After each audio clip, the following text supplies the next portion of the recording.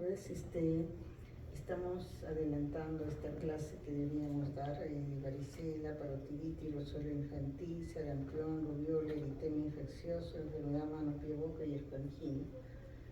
Realmente me apena que haya tan poco auditorio, porque esta es una serie de enfermedades que es muy importante la clínica, y más que todo es el ver, ¿no? Y con el ver a veces diagnosticamos.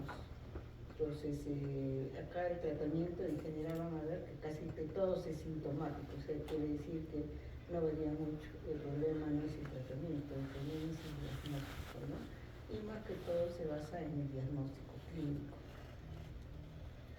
Entonces, vamos a ver en estas competencias alcanzadas, en el saber conceptual, sustenta el diagnóstico y manejo de pacientes con patología de varicela, parotiditis, rosolia infantil, sarampión, rubiola, eritema infeccioso, enfermedad mano, pie, boca y esponjina. Procedimental esboza el diagnóstico y tratamiento del paciente pediátrico con estas patologías, y longitudinal aprecia el paciente pediátrico con estas patologías. En la bibliografía conocida, y acá un caso clínico. Paciente de 5 años con antecedente de erupción cutánea de un día de evolución, fiebre subjetiva y varios episodios de diarrea no sanguinolenta. La erupción incluía lesiones petequiales en el abdomen, en la ingle, en la espalda, los brazos y las piernas, así como lesiones vesiculares en la boca, en las palmas y en las plantas, ¿no? Las palmas, aquí están viendo las lesiones que tenía y cuál sería su diagnóstico: sarampión, rubiola, varicela, enfermedad mano, pie, boca. ¿Qué dicen ustedes?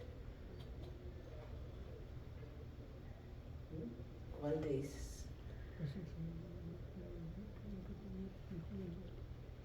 Siempre vamos viendo algo bien sencillo, ¿no? Yo siempre les digo, yo nunca les pregunto tan difícil, les pregunto súper sencillo.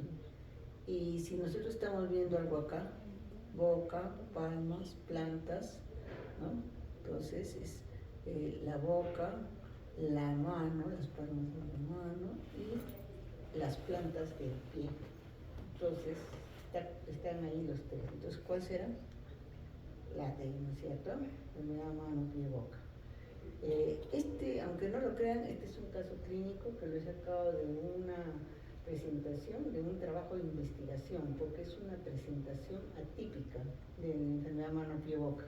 Generalmente solo se da todo lo de acá abajo, pero no se dan las lesiones petequiales, y eso confundía este caso, ¿no?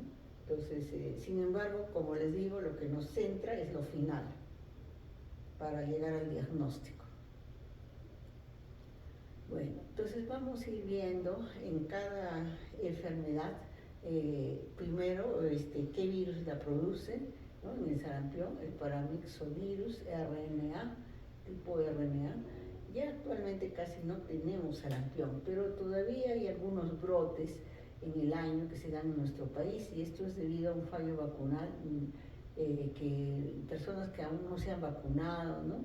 Y se produce una pérdida de la inmunidad de rebaño. La enfermedad se limita principalmente a menores de 12 meses. Recuerden que la vacuna SPR, que es el sarampión, rubiola y papera, se va a colocar al año, ¿no? Entonces, niños que no se colocaron la vacuna están en riesgo. El máximo periodo de contagiosidad del sarampión es en la fase prodrómica, antes de la aparición del exantema. Entonces, generalmente nosotros nos damos cuenta cuando aparece el exantema, pero él ya estaba contagiando antes, ¿no? Y hasta 5 días, dice, aunque el elemento debe mantenerse hasta 5 días después de la aparición del exantema, porque todavía puede contagiar hasta ese momento.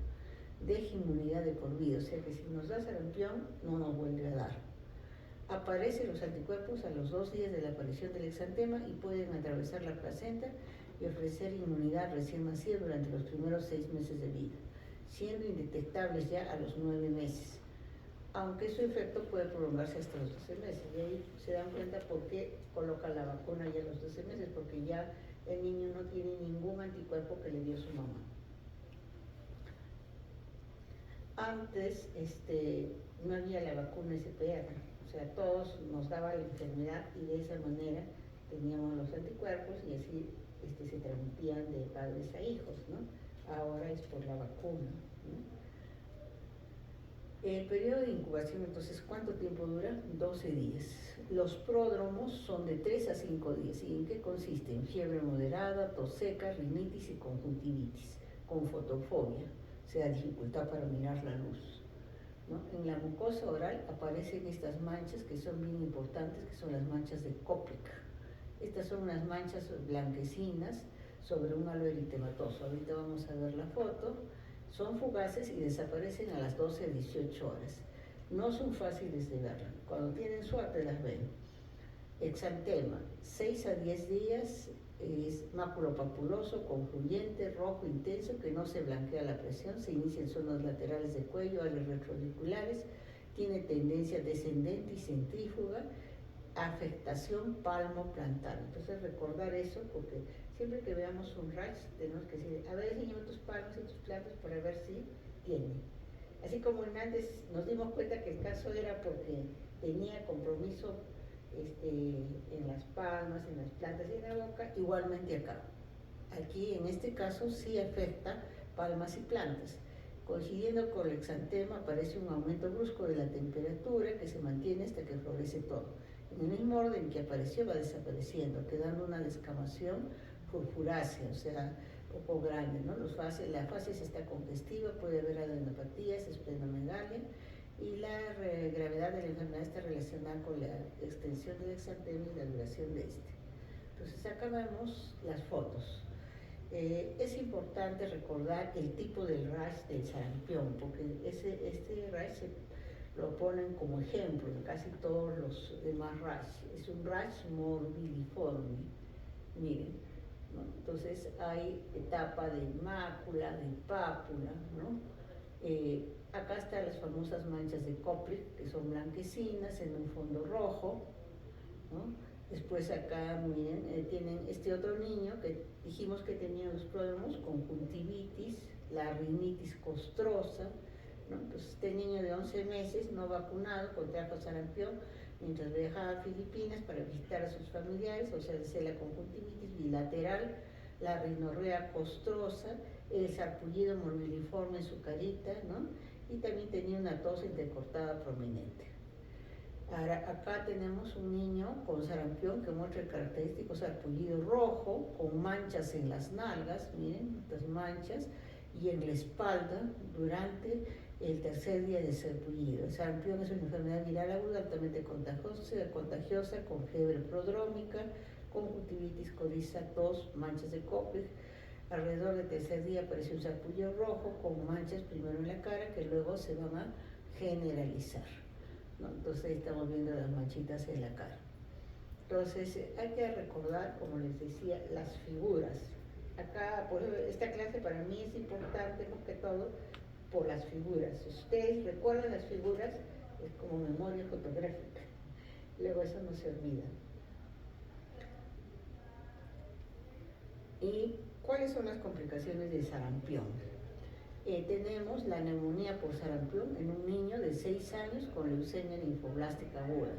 O sea que normalmente no se produce esta neumonía, pero en niños inmunosuprimidos, por ejemplo, con leucemia, VIH, desnutrición severa, crónica severa, entonces en esto se van a dar la neumonía por sarampión. También estos, en el caso de la leucoencefalitis desmielinizante por sarampión, ¿no? Acá están viendo una resonancia magnética ponderante, nos muestra un foco peritrional derecho, acá, asimétrico de hiperintensidad de la sustancia blanca, por eso dice leucoblanca, ¿no? Compatible con una desmielinización temprana en un paciente con una leucoencefalitis desmielinizante por sarampión. Esto tampoco es frecuente, se da generalmente en inmunosuprimidos. Y acá tenemos el sarampión hemorrágico, ¿no? O sarampión negro, aunque es poco común. El sarampión puede provocar sangrado en la boca, en la nariz y el tracto gastrointestinal. Más se da en el África, ¿no?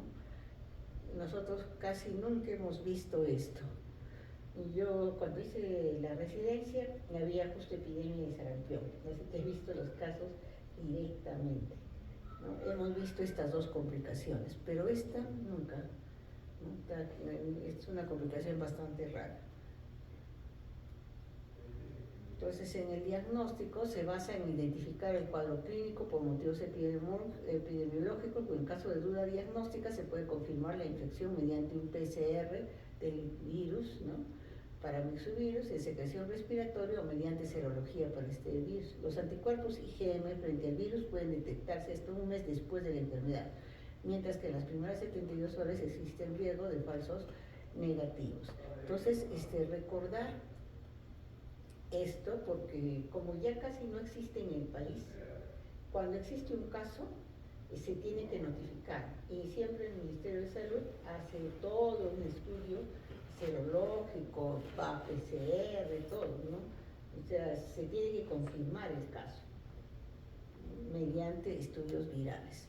La profilaxis es por la vacuna de la SPR, que ya hemos dicho que es al año de vida, tratamiento sintomático y algunos usan vitamina A para mejorar su pronóstico.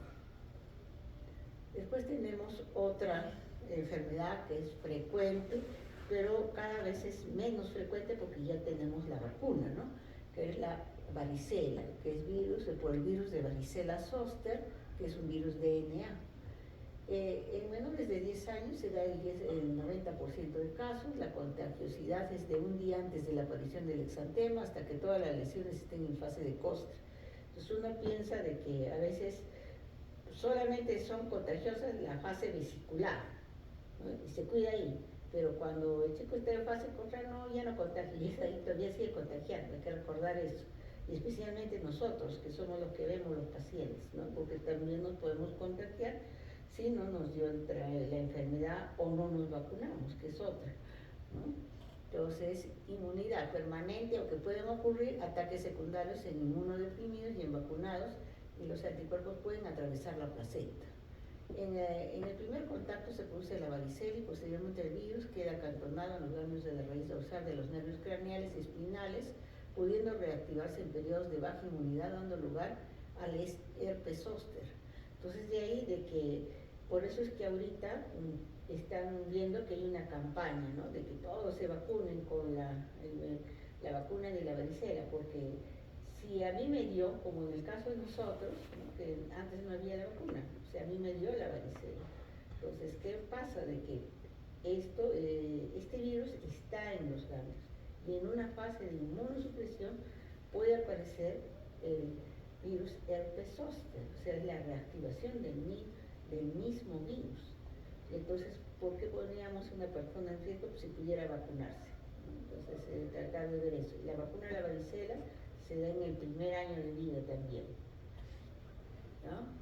El periodo de incubación es de 10 a 21 días. Pródromos, fiebre, malestar general y síntomas catarrales leves. Exantema son lesiones pruriginosas, o sea, escuecen, pica bastante, a modo de brotes con una secuencia típica. Primero son máculas, luego son pápulas, luego vesículas blanquecinas, no umbilicadas, y a las 24 horas se enturbian, convirtiéndose en pústulas. Tras su ruptura se convierten en costras.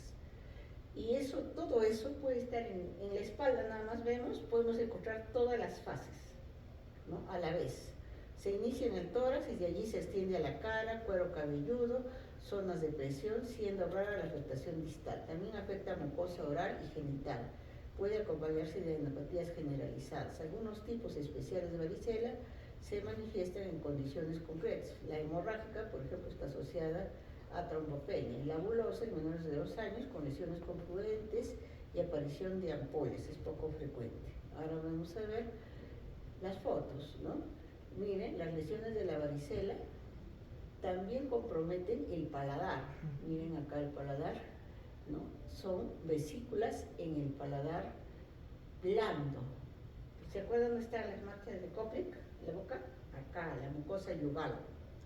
Y estas están en el paladar blando. Entonces, importante recordar dónde se localiza la lesión.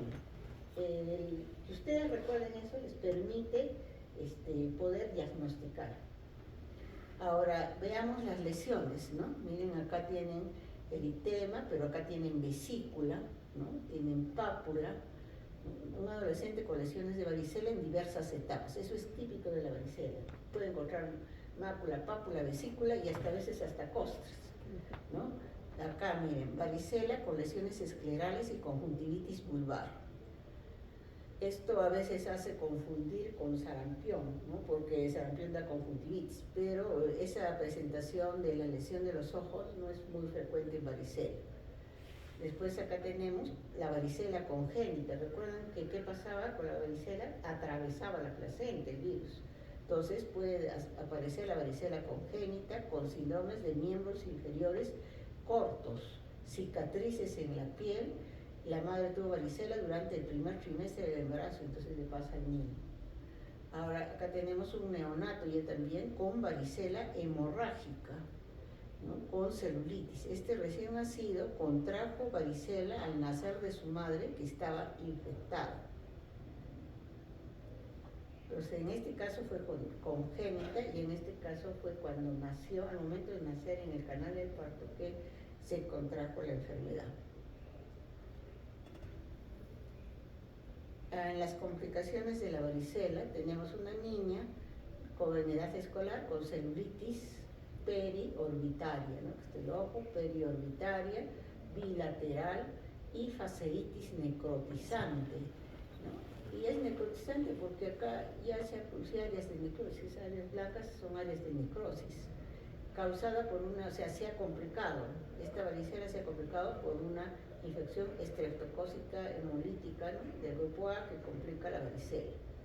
También se puede complicar la varicela con neumonía bilateral en un paciente con enfermedad de Hodgkin, es un paciente inmunosuprimido. Acá tenemos la varicela ampollosa, que habíamos dicho. En estas grandes ampollas pueden estar presentes organismos como Staphylococcus aureus. Esto también tuvimos una vez en un paciente con leucemia, ¿no?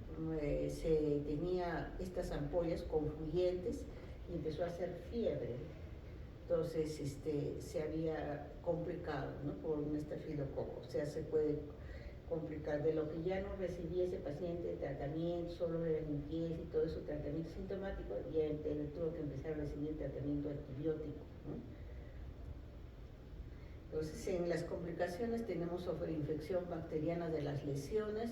La más frecuente es por estafilococo piógenes, cutáneo, neumonía o estafilococo aureus, neumonía varicelosa, recuperación clínica rápida y radiológica más tardía, encefalitis postinfecciosa, generalmente afecta el cerebelo, tiene mejor pronóstico. También tenemos el síndrome de Reye cuando se ha dado ácido acetilsalicílico a estos pacientes. La profilaxis es con la vacuna de la varicela en el primer año de vida. Tratamiento sintomático, evitar la aspirina para no tener el síndrome de Reye. El aciclovir es útil en el tratamiento de la neumonía y el tratamiento de la varicela en inmunosuprimidos, y sobre todo si se inicia antes del tercer día. Hemos usado pacientes con leucemia y que tenían varicela, hemos usado el aciclovir. Eso sí hemos visto acá actualmente, ¿no?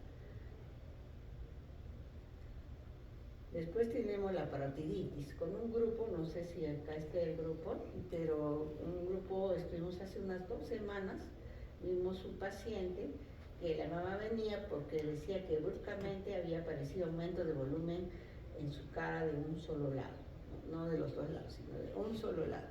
Entonces, como él está con su mascarilla, aparentemente parecía que era toda la cara así, ¿no?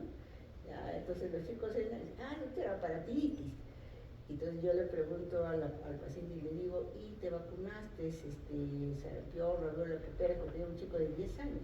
La mamá dijo, sí, toda la vacuna, doctora, de primer año todas, completitas. Ya, entonces tu carnet no he traído. Bueno, entonces cuando fuimos a quitarle la mascarilla nos dimos cuenta que el aumento de volumen estaba hacia la boca, hacia acá. Entonces le pregunto al niño, ¿te duele la muela? Sí. Abro su boca, tenía un aumento de volumen periodontal, ¿no? Y esto era una celulitis de cara. Cuando vamos a tocar las paperas, las parótidas, les pregunto al grupo que está conmigo, le digo, ¿y dónde están las parótidas? Increíblemente no sabían dónde estaban. A ver, ¿dónde están? Tóquense todos. ¿Dónde ven? Acá están. O sea, no están acá abajo. Acá son sus maxilares. ¿No?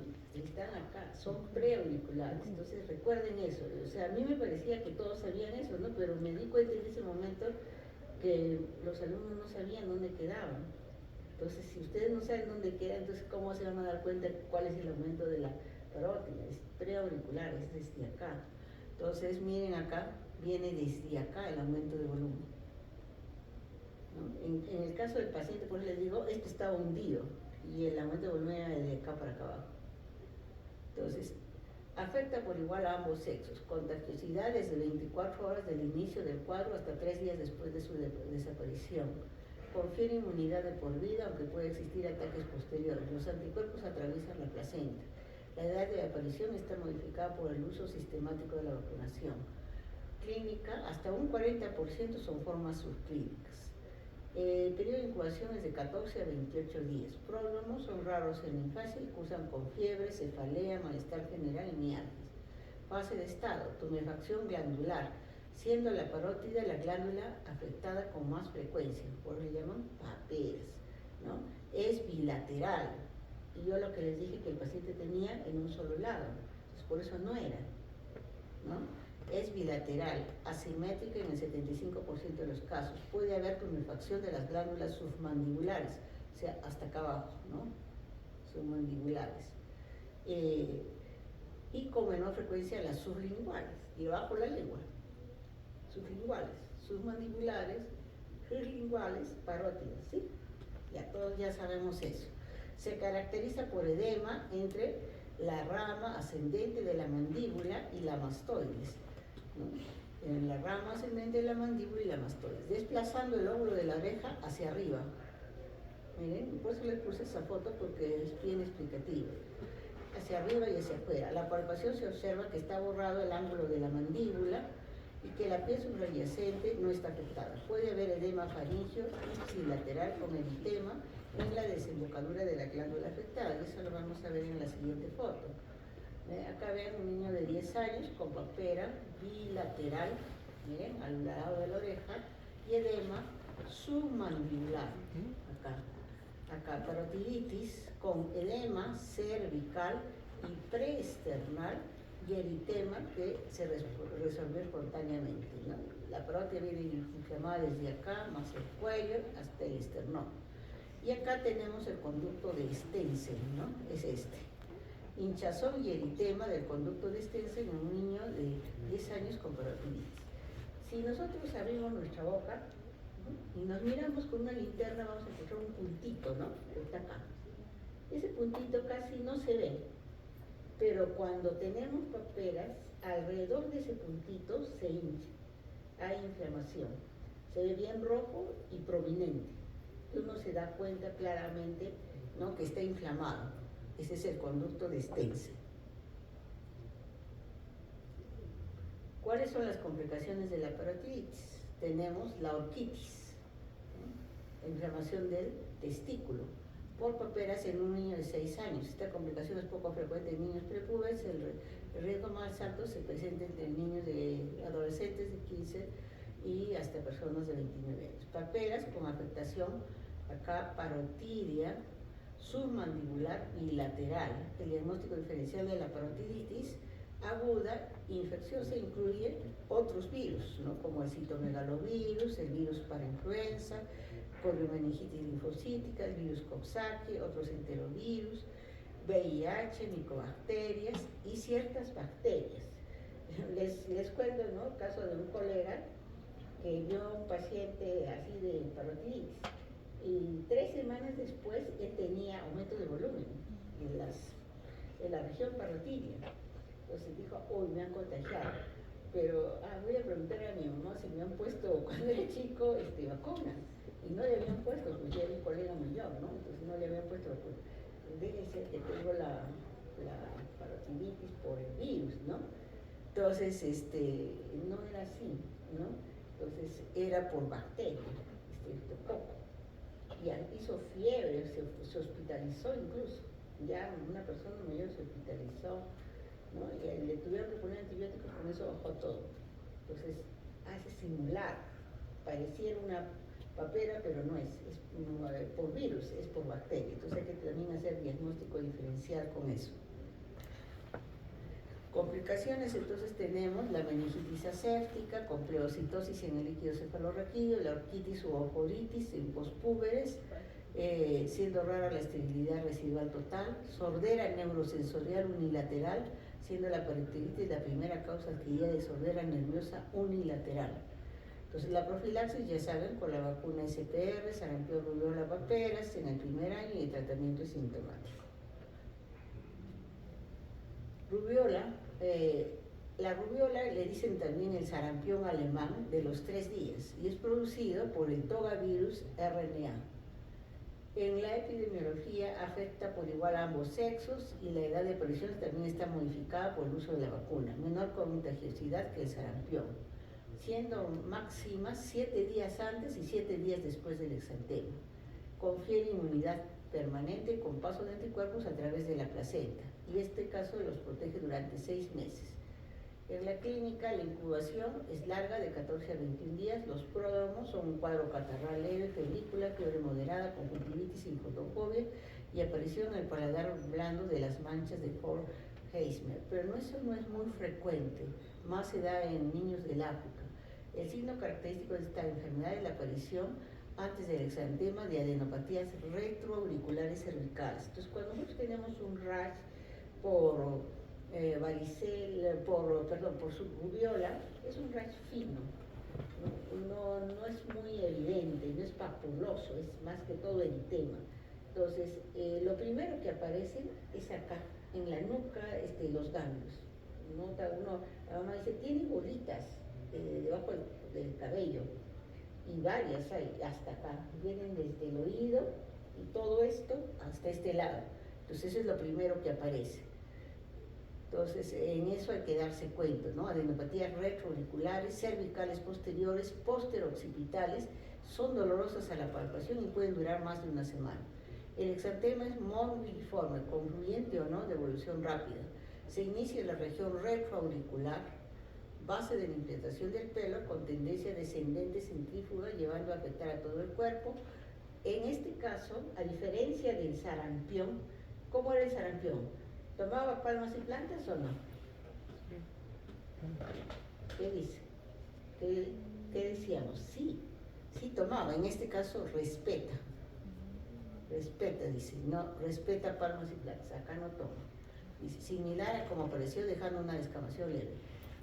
Las complicaciones son raras en infancia, puede darse artritis, la más frecuente aparece en niños pospúberes con pequeñas articulaciones metacarpofalángicas, dura días o semanas. La afectación neurológica puede dar encefalitis viral, 1 en 6.000 casos. Profilaxis con la SPR, tratamiento sintomático.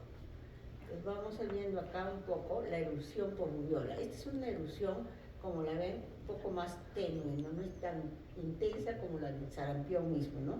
Un niño no vacunado previamente, las infecciones por adenovirus y enterovirus pueden causar un exantema similar y nos pueden hacer confundir.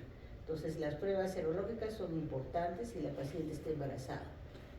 Después acá tenemos una linfadenopatía retroauricular en un niño con rubiola. Y acá tenemos un niño con rubiola congénita, ¿no? Miren las lesiones. Y acá tenemos un niño de 4 años con rubiola congénita también, que tenía microoftalmos, el ojito más pequeño que este, ¿no? Unilateral con formación de catarata, blanco está acá, ¿no? Catarata en el ojo izquierdo. Y acá tenemos ya otra enfermedad, que estas todavía siguen. Esto es lo que más nos va a confundir ahora, porque generalmente aparecen. Y para esto no hay vacuna, así que siempre van a encontrar en su práctica. El eritema infeccioso o megaloeritema le denominan también la quinta enfermedad, es producida por el parvovirus B19. Recordarse siempre por qué virus es producido. Parvovirus B19, ¿no? Aparece entre los 5 y 15 años con un periodo de contagio máximo antes del exantema. También le llaman la enfermedad de la cachetada. Miren cómo está su carita roja. También hemos tenido un caso de esos hace una semana más o menos. lo vimos con un grupo de alumnos, ¿no? Parecía, el niño decía, pero ¿qué le pasa a mi hijo? Dijo la mamá. No sé por qué, tuvo fiebre y de repente le apareció todo esto tan rojo, y era un chico más o menos grandecito de 12 años, tenía rojo los dos cachetes, ¿no? Como si realmente le hubieran pegado. Más intenso que esto, ¿no? Entonces dice, la mayor parte de las infecciones son asintomáticas, periodo de incubación de 4 a 28 días, pródromos, febrícula, cefalea, síntomas de infección de vía aérea superior, es como si tuviera una gripe, exantema afebril, o sea, en ese momento el niño no tenía fiebre, evolución en 3 etapas, eritema lívido en mejillas, aspecto abofeteado, ¿no? Por eso dicen la enfermedad de la cachetada. Exantema maculopapuloso escasamente pruriginoso, localizado en el tronco y miembro, respetando palmas y plantas, también respeta palmas y plantas, y posterior aclaramiento de las lesiones, dando un aspecto de reticulado sin descamación.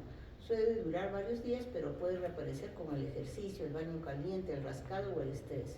Complicaciones, artritis y artralgias de pequeñas articulaciones, más frecuente en mujeres, abortos, cirrosis neonatal o mortinatos, aplasia medular grave en pacientes con anemia hemolítica, talasemia, depagnocitosis, esferocitosis y cronificación en los inmunosuprimidos. Entonces, miren, el rache en el tronco y en los miembros es así, poco tenue.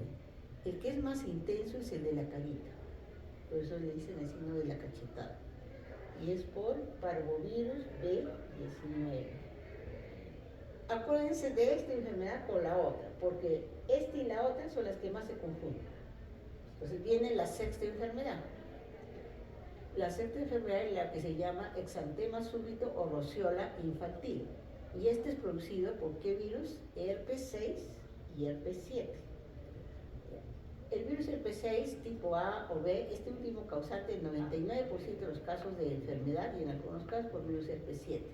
Aparece entre los 6 y 15 meses de vida, no se conoce la contagiosidad, induce inmunidad de por vida con paso transplacentario de anticuerpos protegiendo al recién nacido en los primeros 4 meses de vida. Incubación 5 a 15 días. Pródromos, fiebre alta, este sí tiene fiebre, el otro no tenía, este sí tiene. Fiebre alta, con buen estado general y sin foco aparente, puede asociarse una leve faringitis, rinitis o adenopatías. Exantema, al tercer o cuarto día desaparece la fiebre, o sea, primero tuvo fiebre 3 días antes y luego desaparece la fiebre y aparece el exantema. ¿Cómo es el exantema? Es maculopapuloso, morbidiforme, poco concluyente en tronco, con tendencia centrífuga en miembros superiores y cuello. ¿Qué respeta? Cara y miembros inferiores. Ese es típico. Ese hemos tenido hace una semana.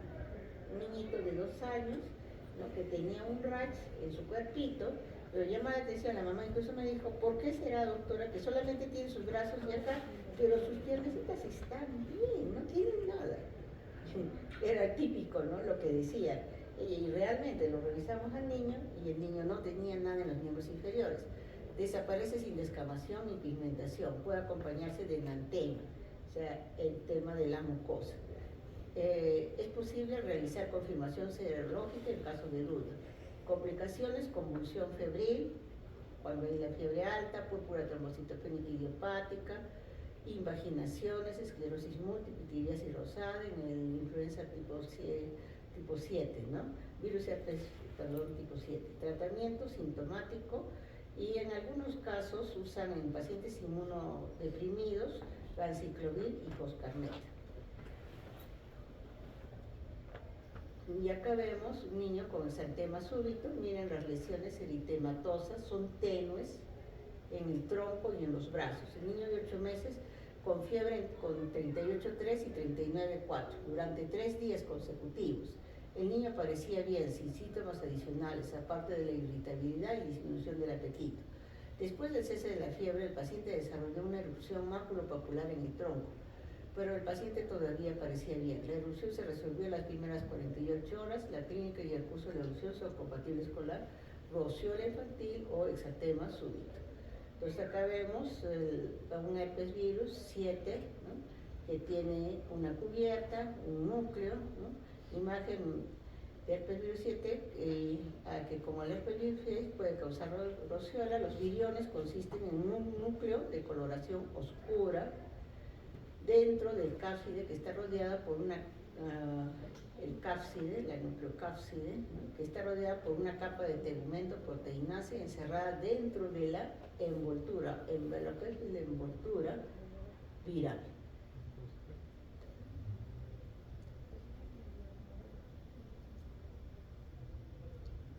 Ya, esta es ya la enfermedad mano-pie-boca que les había comentado en el caso clínico, ¿no?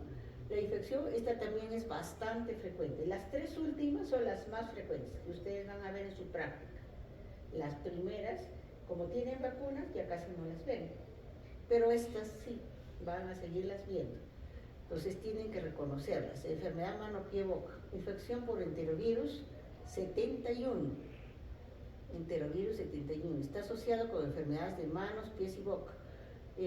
Otras asociaciones pueden ser con Coxsackie A6 y A16, pero no son exclusivas de esto. La CDC del Perú y el MINSE informan que en el Perú, en la semana epidemiológica del 1 al 24 de este año, se han reportado ya 37 brotes de enfermedad mano-pie-boca, con un acumulado de 193 casos. Desde la semana 16 se viene observando un incremento de notificaciones, ¿no? Especialmente en las instituciones educativas, mientras que en el año 2022, en el mismo periodo, se notificaron solo 43 brotes, con un total de 1.822 casos de esta enfermedad. Actualmente se tienen 14 brotes activos en las regiones de Arequipa, Junín, Lima, Ica, con un total de 65 casos, sin ningún caso hospitalizado. O sea que sí lo van a ver, y dentro de eso estamos nosotros, Arequipa.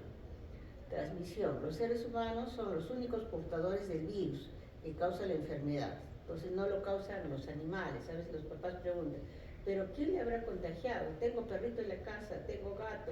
Entonces no contagia a los animales, son otra persona que le ha contagiado. ¿Y cómo se contagia? La enfermedad se transmite por contacto fecal-oral, oral-oral, por gotitas respiratorias. O sea, por eso en los colegios es fácil contagiarse, ¿no?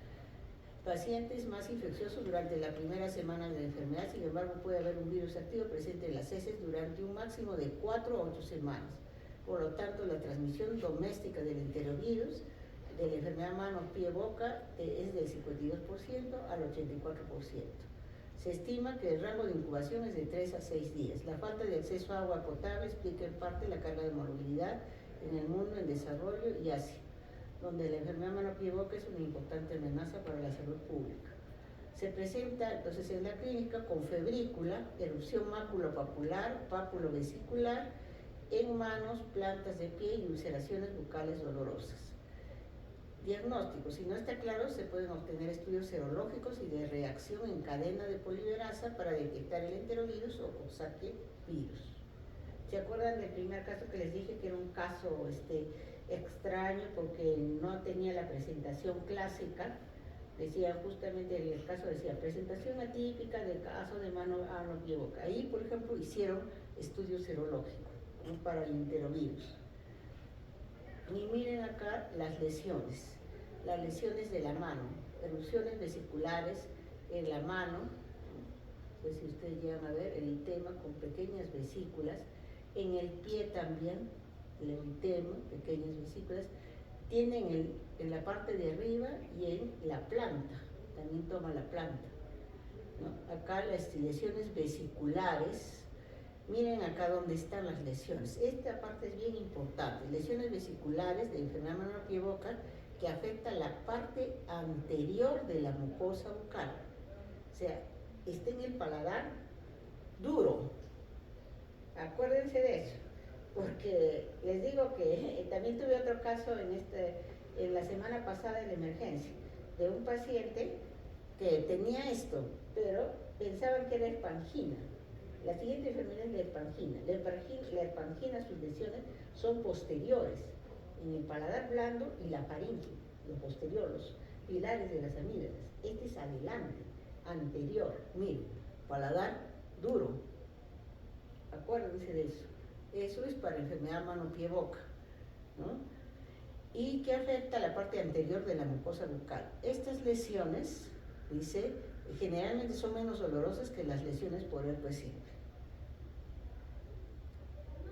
Ahora, el tratamiento es de apoyo y está dirigido al alivio del dolor, disminución de la fiebre, hidratación adecuada, es autolimitado, ¿no? Las molestias debidas al dolor y la fiebre no se pueden tratar con paracetamol o ibuprofeno, no se recomienda el uso y aplicación oral de lidocaína, los tratamientos antivirales no están disponibles.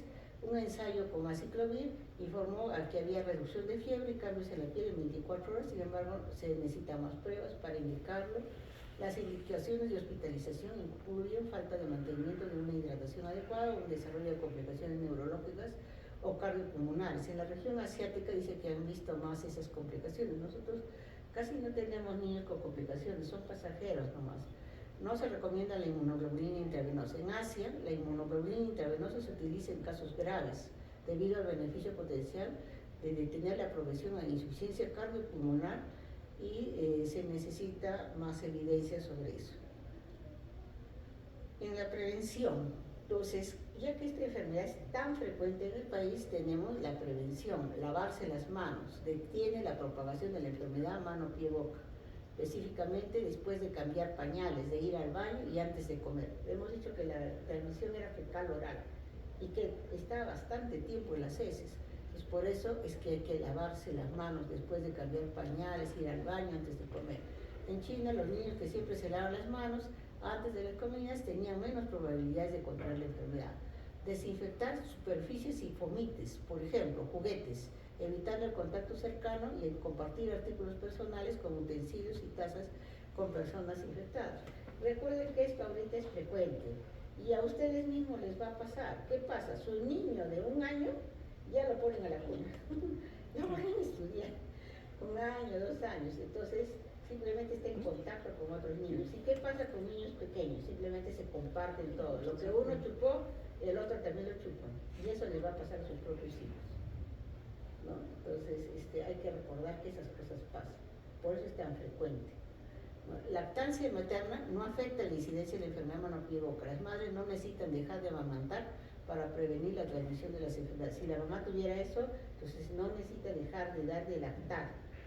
No existen vacunas ni agentes quimioprofilásticos disponibles para prevenir esta enfermedad. Entonces, como no hay vacuna, vamos a seguirla viendo la enfermedad.